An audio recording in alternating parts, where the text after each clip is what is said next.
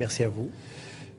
Assiste-t-on au réveil, au printemps arabe? On n'arrête pas d'essayer de décrire cette situation. Comment est-ce que vous la vivez? Je crois que nous assistons à un changement de paradigme. Aujourd'hui, dans le monde arabe, les peuples disent assez, c'est assez, et disent nous voulons plus de cette exception arabe qui fait de nous des gens soumis, et nous voulons tout simplement nos droits, et nous les voulons de manière responsable et de manière constructive. Il n'y a rien qui nous sépare de d'autres peuples. Je crois que c'est ça le point de départ. Donc c'est une rupture fondamentale? Je pense que c'est une rupture fondamentale. Maintenant, est-ce que cela va aboutir à des transitions, à des systèmes vraiment démocratiques ou pas? Cela reste une autre question. Ça reste une question ouverte. Est-ce que, comme beaucoup, vous avez été surpris? Absolument. Nous sommes dans quelque chose de totalement nouveau. Il y a 6 mois, personne d'entre nous n'aurait imaginé une seule seconde qu'on se trouverait dans une situation pareille. Et du reste, c'est dans des événements qu'on vit une fois dans un siècle. Mais qu'est-ce qui vous surprend le plus?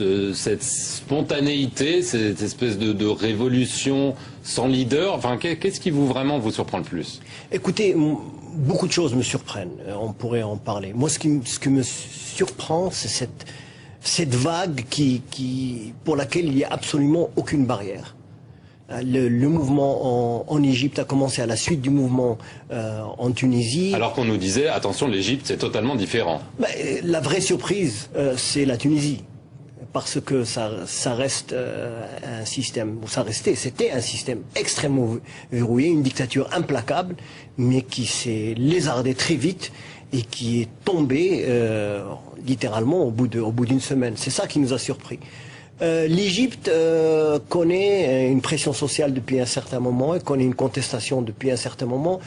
Le régime était clairement en crise en Égypte. Mais de manière générale, on voit l'absence de barrières. On voit que c'est d'abord l'influence des blogueurs en Iran, du mouvement vert, qui passe la barrière au monde arabe. Après l'Égypte, on voit le mouvement vert redynamiser une autre fois, comme effet boomerang, en utilisant les mêmes slogans, en utilisant les mêmes méthodes qu'en Égypte. On voit que la Chine, le système autoritaire, a peur de la contagion, en disant de la diffusion, et c'est vraiment un effet de propagation, de diffusion très très puissant. Et donc, on le voit en Libye, à Bahreïn. Est-ce que vous pensez, au Yémen, est-ce que vous pensez que ces régimes-là sont spécialement vulnérables? Écoutez, quand on étudie les systèmes et les régimes de près, et quand on étudie les transitions démocratiques, c'est une relation où il y a plusieurs variables. Une variable, c'est la solidité du régime en place et ses piliers de stabilité. Et de l'autre côté, il y a, si vous voulez, l'organisation et l'énergie de l'opposition. Et là, chaque pays est conforme à sa propre logique et a des données bien spécifiques à lui. Donc, tout ce que nous pouvons prévoir, c'est qu'il y aura de la contestation, c'est qu'il y aura une demande de plus de démocratie, mais on ne peut pas dire plus. Mais ce qui est frappant, c'est que la demande commence par des demandes sociales et finit par une demande de départ immédiat, non pas retardé, de la personne qui est au pouvoir. Et oui, il semblerait qu'il y ait une mutation au fur et à mesure que les événements se multiplient. Maintenant, on enjambe la demande de changement concernant la situation sociale et on va directement au volet politique. Cela semble le cas au Yémen, au Bahreïn, ou en Jordanie. Essayer de donner des gages, surtout en donnant des subventions, des choses comme ça, des gages plus économico-sociales. C'est clair, les systèmes vont utiliser tout l'arsenal qui est à leur disposition. Et pomper dans le budget pour faire en sorte à ce qu'on stabilise les prix, c'est bien sûr une outil qu'on utilisera, mais il ne faut pas se tromper. La revendication aujourd'hui est politique. Il y a une dimension politique, les gens veulent participer dans la construction de leur avenir, ils veulent que les gouvernants leur rendent des comptes et ils veulent choisir ceux qui vont les gouverner. Donc vous êtes confiant que cela va se transformer petit à petit, ou vous craignez que... Écoutez, on ne peut pas dire. Il y aura des pays qui rentreront en transition, ces pays qui rentreront en transition rentreront dans des modes différents. Il y a des systèmes qui connaîtront des ruptures, d'autres connaîtront des réformes. D'autres systèmes, d'autres pays seront dans un no man's land avec une contestation mais sans transition, et d'autres systèmes résisteront un peu plus. Donc je pense que c'est ça l'éventail des possibilités. Les barbus, les islamistes, on en parle beaucoup en France, dans les pays occidentaux. On a raison d'en avoir peur? Je constate avec consternement et irritation que c'est vraiment une obsession en Occident. Il faut se dire que l'islam politique est là, et l'islam politique va être un facteur important, mais il ne va pas être le seul facteur. Je pense que ce mouvement est en lui-même individualiste, c'est-à-dire qu'il est construit sur la personne, et donc il y a une revendication qui est démocratique et qui est libérale. L'islam sera toujours vécu par les musulmans d'une manière très forte, parce qu'on a notre relation avec la prophétie est différente, mais je pense que les musulmans aujourd'hui, les Arabes, veulent une autonomie entre la sphère religieuse et la sphère politique. Ça ne veut pas dire laïcité à la française, mais ça veut dire dialogue entre ces deux sphères, ça veut dire accommodement. D'accord. Il y a un pays où ce mouvement de protestation ne semble pas prendre racine, c'est le vôtre, le Maroc. Vous expliquez ça comment? Écoutez, d'abord, scientifiquement, c'est pas parce que rien n'est arrivé jusqu'ici que rien n'arrivera. Donc, vous pensez que quelque chose peut arriver? D'abord, je commence par la méthodologie. Ensuite, je vous dirais que le Maroc n'est pas une exception. Il y a des choses qui nous rapprochent de ces pays. Il y a des choses qui nous différencient.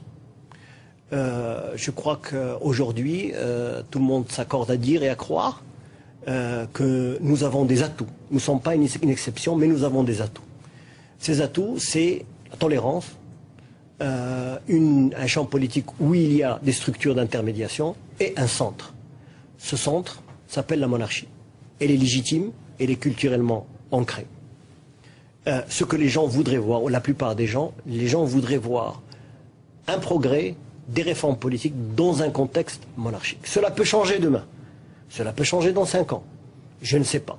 Mais aujourd'hui, tout le monde s'accorde à dire, ou la majorité des Marocains s'accordent à dire, que la présence de la monarchie est un facteur optimal. D'accord, mais pour l'instant, c'est une monarchie absolue. Pour l'instant, c'est une monarchie qui est, sur le plan juridique et constitutionnel, oui, absolue, c'est-à-dire qu'elle a des vastes pouvoirs constitutionnels et légaux. Laissez-moi finir. Cela ne veut pas dire que c'est un système politique fermé au totalitaire. C'est un système autoritaire souple. Mais il est vrai que sur le plan légal et sur le plan de la pratique, la monarchie concentre beaucoup de pouvoir en ses mains. Donc, dans un monde idéal, le roi du Maroc deviendrait un petit peu l'équivalent de la reine d'Angleterre ou du roi d'Espagne? Éventuellement, à mon avis, je représente personne, je représente seulement moi-même. À mon avis, c'est la meilleure manière de pérenniser la monarchie. Et c'est inévitable? Inévitable. Vous savez, à terme, oui, si la monarchie va rester, je pense que c'est inévitable. Alors, on parlait de contestation au Maroc. Le 20 février, ce dimanche, il y a un mouvement qui a été appelé, notamment à travers les réseaux sociaux. On verra évidemment ce que la mobilisation va donner. Est-ce que vous y êtes favorable? Personnellement, je tiens à vous dire que j'adhère à toute initiative, à toute démarche qui appelle à la démocratisation de notre système politique. En prenant, bien sûr, en compte la nécessité qu'elle soit pacifique et la nécessité que tout mouvement allant dans ce sens doit être tolérant, c'est-à-dire qu'il doit accepter le reste. En l'occurrence, il semblerait que ce mouvement réunit toutes ces conditions et donc j'y adhère et je souscris à cela. Et pour ceux qui s'intéressent au Maghreb, je les invite à voir un clip, plutôt un segment sur YouTube du collectif de jeunes qui ont lancé ce mouvement. C'est un exemple d'éloquence, c'est un exemple de sophistication politique et c'est un exemple de dignité. En tant que Marocain, je suis fier de voir ces jeunes formuler un discours politique aussi intelligent. Le régime voit ça d'un mauvais œil et essaye d'étouffer cela? Écoutez, d'abord quand on parle de régime, on ne peut pas parler d'un bloc monolithique. Dans ce régime a plusieurs courants.